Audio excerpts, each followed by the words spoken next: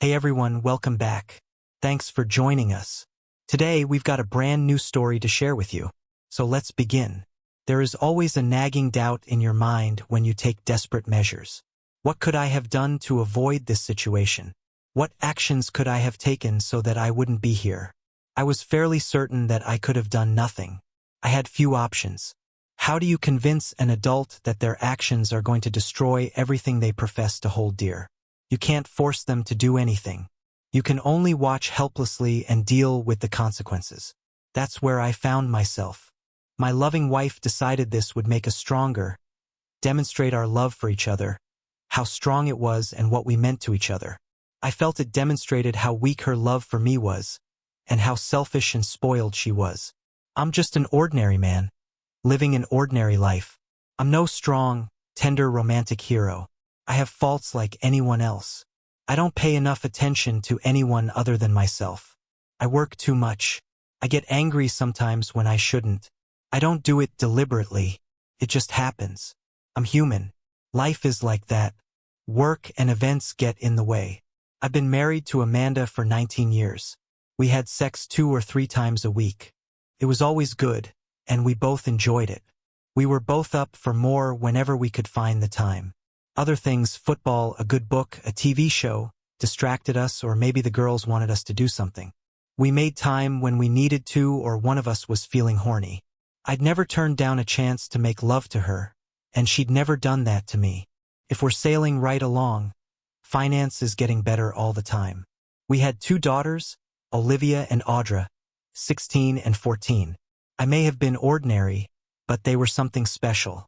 Our marriage was flowing smoothly, the girls happy and beautiful, and then my dear wife got ideas. We were playing vanilla, she said, and we needed to spice things up. I was game. I wasn't at all unsatisfied with our sex life, but hey, if she was, I'd play. First, it was different positions.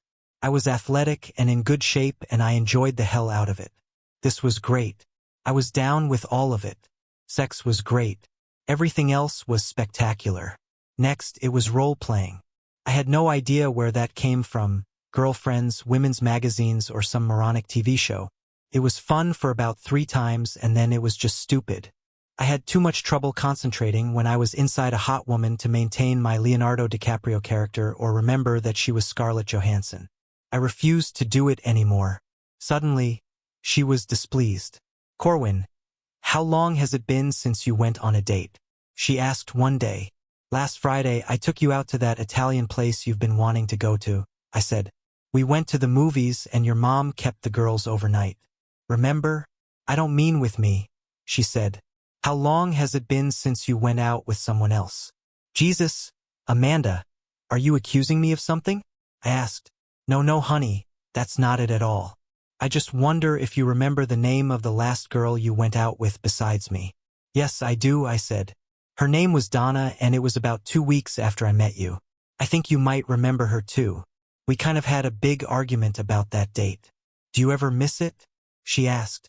"God, no." I laughed. I remember how awful it was. Not that date, it was pretty good. But the whole dating thing. Bringing up the nerve to ask a girl out, worrying about being shot down. Awkward first conversations. It was traumatic as hell. More like absolutely terrifying, I said. "What brought this on, Amanda?" "I was just wondering if you ever felt like you'd like to go out on a date with someone else?" she said. "No, I've never felt like that," I told her. "I guess everyone has fantasies. But no. I seem to remember you being extremely pissed off when I went out with Donna, and you told me you wanted us to be exclusive. I decided that's exactly what I wanted, too.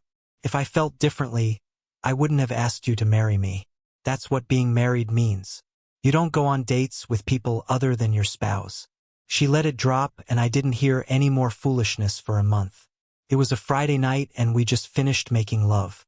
It was good, and no pretending to be Bobo the clown or tying her up or some silly shit. It was just her and me, a man and his wife, screwing each other's brains out. I came twice, and she must have gotten off half a dozen times. She was laying half on top of me, and we were kind of floating in that post-orgasmic bliss, and then she blew the moot. "Corwin, I saw how Zebra was looking at you tonight. She wanted you to ask her to dance." Zebra is our friend from where Amanda works. We've known her forever. We've met her and Angela, another friend from work, for dinner, and then we've gone out to a club. Zebra is a really sweet, really hot lady about 5 years younger than us. Well, that's very flattering, but I only want to dance with you, I told her. I wouldn't be jealous if you asked her, she said. That's nice, but then you don't have any reason to be because I'm not going to ask her, I said. Would you be jealous if I danced with another man? She asked. I guess your brother would be okay, I said. It was a joke. But she didn't laugh. I've never cared if you dance with guys who ask nicely and kept their hands where they belong. Was there someone there you wanted to dance with? I don't remember anyone asking me. No, I was just wondering, she said. I had no idea where this was going. But I didn't like it. I didn't think I could get to sleep. So I got up and went into the den. I was playing a video game and I saw her come to the door and watch me for a minute. I didn't look at her and she went back to bed. I waited until she was asleep before I joined her. Everything was quiet for 2 months until we went to Angela's promotion party. It was at the White Rhino and there was a good band playing. She was all sitting around in a big circular booth and Amanda was talking to Zebra. Corwin, Zebra wants to dance, Amanda said. Would you be a gentleman and dance with her? What the hell? I remembered the conversation from 2 months ago. Now I was in a very awkward position. She was a good friend and I didn't want to hurt her feelings, but I sure as hell didn't want to dance with her. That lush body up against mine wasn't going anywhere good, but I didn't know how to get out of it gracefully. There wasn't a good way out, so I stood up. I think they're playing our song. I held out my hand to Zebra and she slid gracefully out, brown gorgeous thighs flashing below the short blue dress she was wearing. The song ended and the band started up a slow number. Shit, why now? Zebra fit up against me like she was made to go there. I could feel those luscious big breasts against my chest and her mop of black curls was nearly covering my face. She smelled nice too. When she looked up at me, her big brown eyes were liquid pools and her teeth flashed white in her dusky complexion. She isn't a dark black girl, kind of a coffee with cream color. Thanks for dancing with me, Corwin, she said. Amanda said you wouldn't mind, but you like dancing. I haven't danced since I broke up with Bruce. Well, you're a very good dancer, I said. Actually, I do mind dancing with you, see? I like you a lot. Hell, I love you. You're the sweetest girl I know, but you're smoking hot and this isn't a good idea for me. She giggled. You're safe with me, Corwin. I love you too. If you weren't married, I'd be all over you, but Amanda's my best friend. Let's just enjoy this one dance. Okay? I squeezed her a little and we finished the song.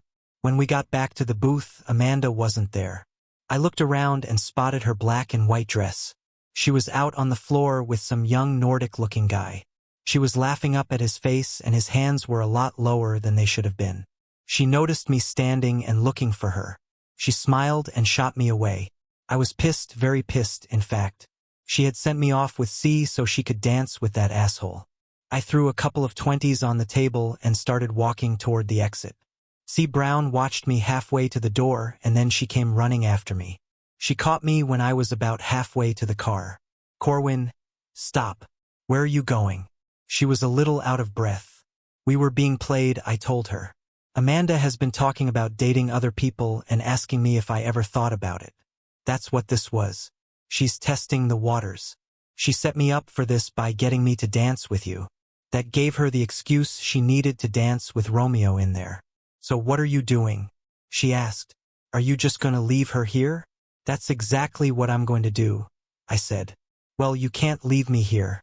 She grabbed my arm. I rode with you guys. I felt like a heel. I'm sorry, C. I don't know what I was thinking. It's okay, Corwin. I don't like being played any more than you do, she said. Take me back to your house so I can get my car. We were nearly home when my phone buzzed. I ignored it and C. Brown gave me a look. Her phone went off and she answered it. We're nearly to your house, she said. She looked over at me and mouthed. Amanda, no, it wasn't my idea. I rode with you guys, remember? My ride was leaving and I wasn't about to be stranded. No, look, Amanda, I'm not in this. Don't you put me in this position. We've been friends a long time, girl. But if you screw with me, you'll regret it. She ended the call. She wants you to go back and get her, she said. Well, I want a wife who doesn't play stupid games, I sighed. Where did this shit come from, see? Marcy from work, I think, she said. She's always talking about her and Herb having an open marriage and how great it is and how it's made their sex life so much better and their marriage so much stronger. It's a line of shit. She and Herb hardly talk and spend all their time trying to screw all their friends. He's been hitting on me as long as I've known them. The creep. She's been filling our ears with this crap for 2 years. I didn't think Amanda was stupid enough to fall for it, but I guess I was wrong. I think she's trying to set us up, Corwin. She knows I love you and that I've always been really attracted to you. I nearly choked. Thanks, see. This is really awkward. I mean, I think you're gorgeous, but I'm a one-woman sort of guy. I'm not good at sharing my toys, either. I'm sorry she got you involved. Why should you be sorry, she asked. You didn't have a thing to do with it. I got to dance with my dream man, and I'm not at all sorry about that. Corwin, will you let me know what happens? I assured her I would, and she got in her car and left. I went into the house, thought a minute, then got my stuff out of the master bath and put it in the one in the guest room. I went back, got my stuff for work the next day, and put it in there, too. I locked the door and went to sleep. For some reason, maybe the drinks I'd had, I went right to sleep. I half woke up when the door slammed downstairs, and I heard footsteps in the hall. The knob to the bedroom door twisted a few times. Someone tapped on the door. Corwin, what the hell is going on? I heard Amanda's stage whisper. I guess she didn't want to wake the girls who were asleep just down the hall. She tapped and whispered for about 10 minutes, and I heard her footsteps retreating down the hall to our bedroom. Well, it had been our bedroom. I had no idea what it was now. I tried to get up and slip out the door before she woke up. Yeah, it was a coward's plan, but who cares? I just didn't want to see her. It didn't work. She came down the stairs as I was putting some files in my briefcase. What the hell is wrong with you, Corwin? She sputtered. She was mad all over. I think you should be asking yourself that question, I said. What's that supposed to mean? She was a little loud. You left me at the club last night, locked yourself in the spare bedroom, and you're trying to sneak out of the house an hour before it's time for you to go to work. Now you think something is wrong with me? Yeah, that's exactly what I think, I said. I picked up my briefcase. Everything I did is in reaction to what you did. I don't even want to look at you right now. You have no idea how close you are to making me permanently pissed off at you. Get your shit together. Make sure all your points are checked off and be ready to talk about this when I get home. I'll pick the girls up and take them to Mom's house. We're going to settle this. Her face went pale. I have no idea what you're talking about. What if I had something planned tonight? Up to you, I told her. If you're interested in fixing what's broken in this house, you'll be ready, and you'll stop with the bullshit. If you're fine with the way things are, do whatever the hell you want. Oh yeah, one more thing. Move your shit into the spare bedroom. I like my bed. You aren't welcome in the same bed as me. She puffed up like a toad, but I wasn't gonna listen to it. I just left her there and went to work. I picked up the girls from school, and they were happy to go to Grand's for the evening. I told Mom that Amanda and I were having some problems, and we needed some time to ourselves. She just hugged me and told me she loved me. I was grateful not to have to answer a bunch of questions. Amanda was there when I got home. She'd made cookies, and there was a plate of them and a cup of coffee waiting for me. She stood up, clung to me for a long moment, kissed my cheek, and sat down beside me on the sofa. I helped myself to a cookie. They were very good oatmeal with chocolate chips and M&Ms in them. Good, I said. She smiled, and it seemed like we were off to a good start. I hated to spoil all of this amicability. Amanda, that was some nasty shit you pulled last night, I told her. It's bad enough that you did that to me, but you got C involved. That was humiliating to both of us. It was disrespectful to me and to that sweet girl who's supposed to be your friend. She had trouble meeting my eye. I'm sorry, Corwin, she said. I shouldn't have done that, okay? I've just been trying to talk to you, and you've just shut me down. I thought maybe this would be a way for you to see some possibilities. Possibilities for what? I asked. What is it exactly that you're doing and thinking, Amanda? Just ask me. Tell me. Or whatever. You're playing games and it's pissing me off. She hesitated for a minute and then just blurted it out. I was just thinking that we might try dating other people.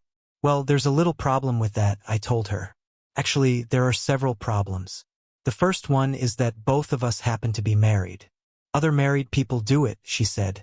Things aren't like they used to be.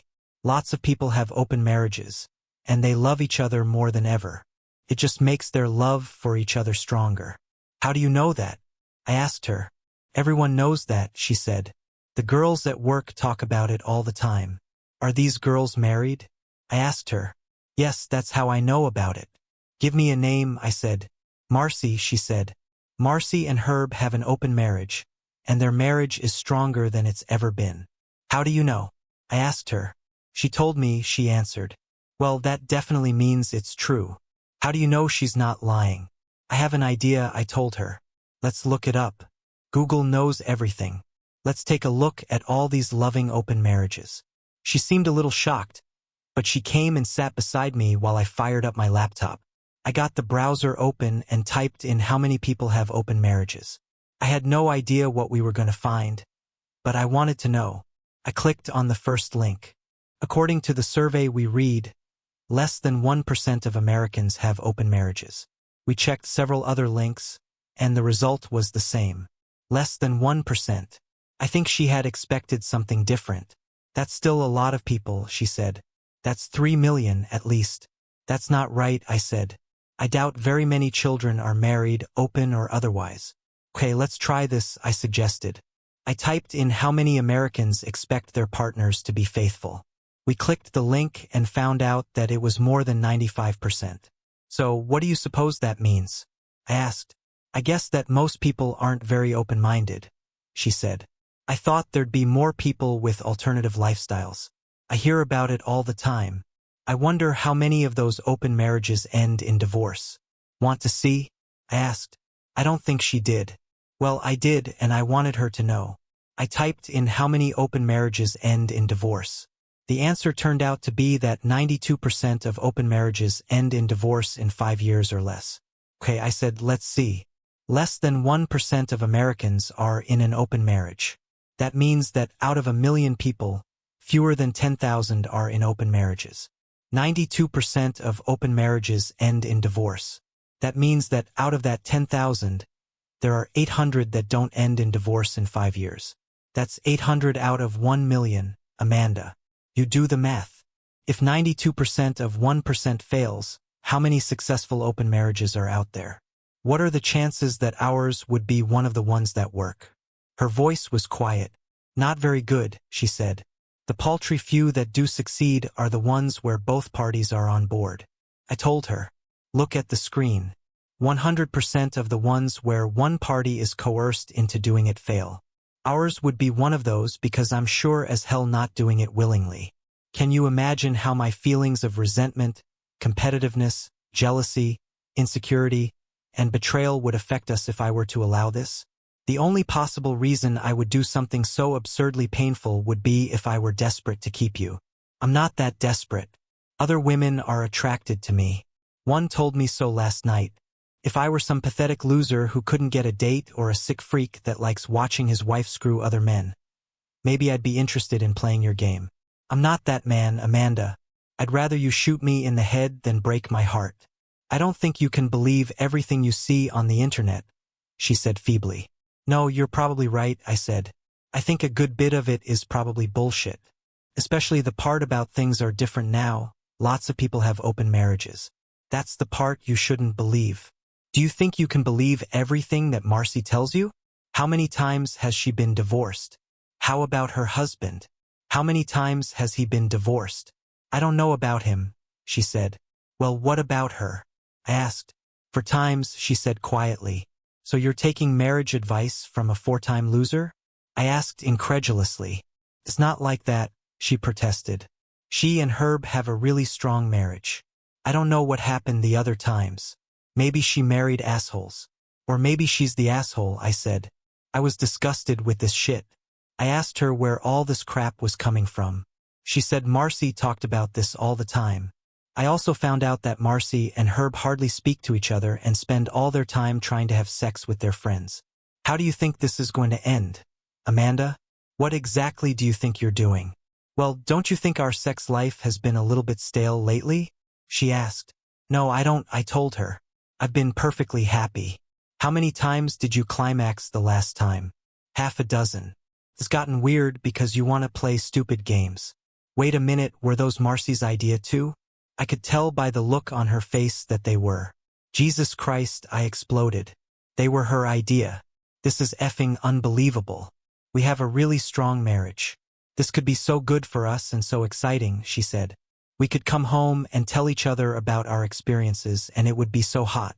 Don't you have fantasies about me being with another man and then coming home and fucking your brains out? Lots of men have that fantasy. It's in the top 10 male fantasies. Fantasy, I exploded. More like a nightmare. How do you know lots of men have this fantasy? You want to give it a Google?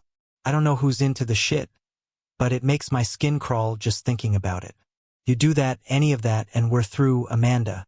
She looked shocked. What do you mean we're through? Do you mean you divorce me? Is that all our marriage means to you? I thought you loved me more than that. I thought our marriage was strong and you'd be open to things. Yeah, well, I thought it was strong too, I said. Apparently it's not as strong as I thought. The fact that you're even talking shit like this tells me that our marriage doesn't mean shit to you. What are you going to tell the girls? Mom and Dad are splitting up? Are you going to tell them why? We're not splitting up, she said. If we were, it would be because their dad doesn't love me enough to accept the fact that I have enough love for him to allow him to have other relationships. Yes, again, I said. What they would be told is that their mother doesn't love their father enough to keep her marriage vows. She doesn't love them enough to make sure they have a good, loving home. Their mother wants to be a slut and doesn't give a shit about anyone else. We were both angry now, and she promptly nailed the lid on the coffin. I want this, she said. It's gonna happen, Corwin. You might as well get used to it. You can either go with me on this journey, or you can sit at home and pout like a baby. That's where you're wrong, I told her. We're not going to survive this, Amanda. The first time you screwed some dipshit were history. I won't be sitting at home. I'll be speaking to a lawyer. I'm going to give you a couple of options here. 1, we can just forget everything and I'll talk to an attorney in the morning. We'll be divorced as soon as possible. 2, you can make an appointment to see a therapist in the morning to find out why you're batshit crazy. Right after that, you can make another appointment for us to see a marriage counselor. We'll try to fix this mess. I'll go to counseling too and work with you, but I'm not at all hopeful. This is the big screw up, Amanda. I've seen this coming ever since you started getting weird ideas. I think that which Marcy has been feeding you a lie, and you've obviously swallowed it. You think all these good things are going to happen. All that's going to happen is that you're going to make everyone you say you love miserable. The girls, me, and you, we're all going to suffer because you somehow built this idea up in your mind. Believe me, I won't be sitting at home. What are you going to do about it? She was taunting me now. You can't stop me. You don't own me, and I can do whatever I want. You won't divorce me. You have too much to lose. I'll get the girls and the house, and you'll be paying alimony and child support. Think about this, Corwin. Don't do anything stupid. I love you. I'm never going to leave you. This can be so exciting for us. We'll experience the thrill of all those first times without any of the risks or downsides. I'll come home or you'll come home, and we'll be there for each other. I'll be so hot that it will be the best sex of our lives. Come on, baby. Let's just give it a try. If you aren't happy, we'll stop and that will be the end of it.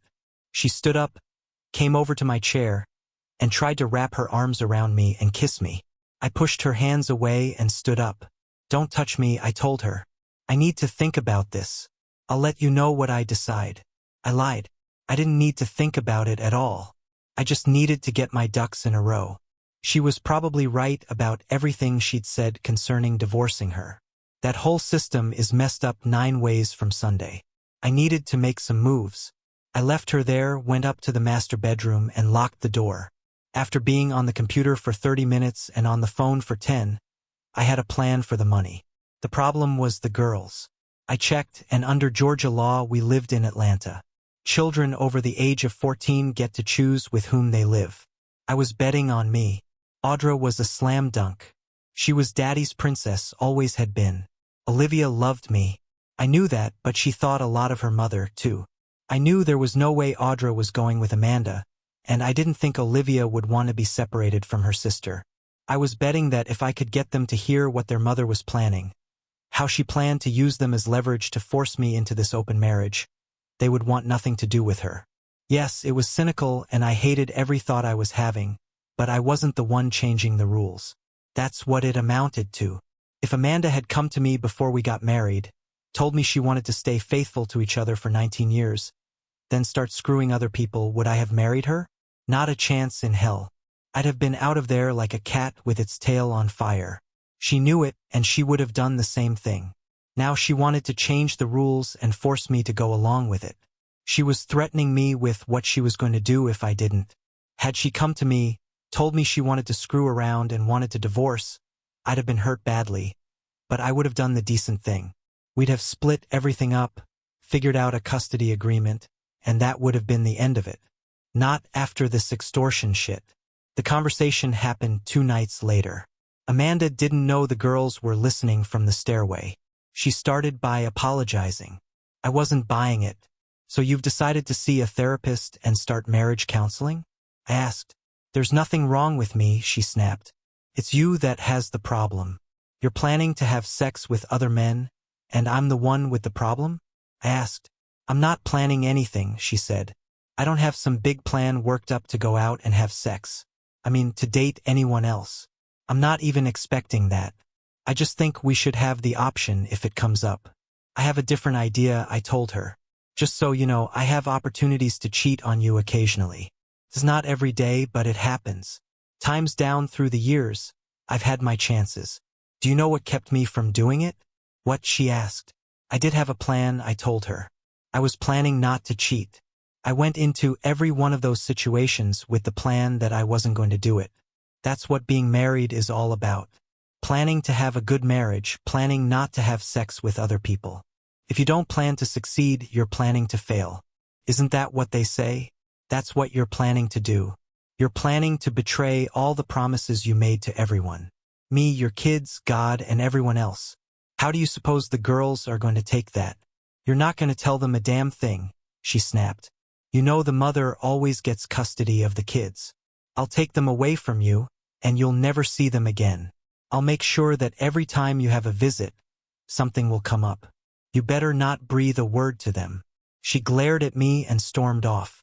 I heard a couple of faint gasps from the stairs and a muffled sob. Amanda was making too much noise to hear it. Thanks for listening. This story isn't over yet, and things are about to get even more intense. Stay tuned for the next part to see what happens next.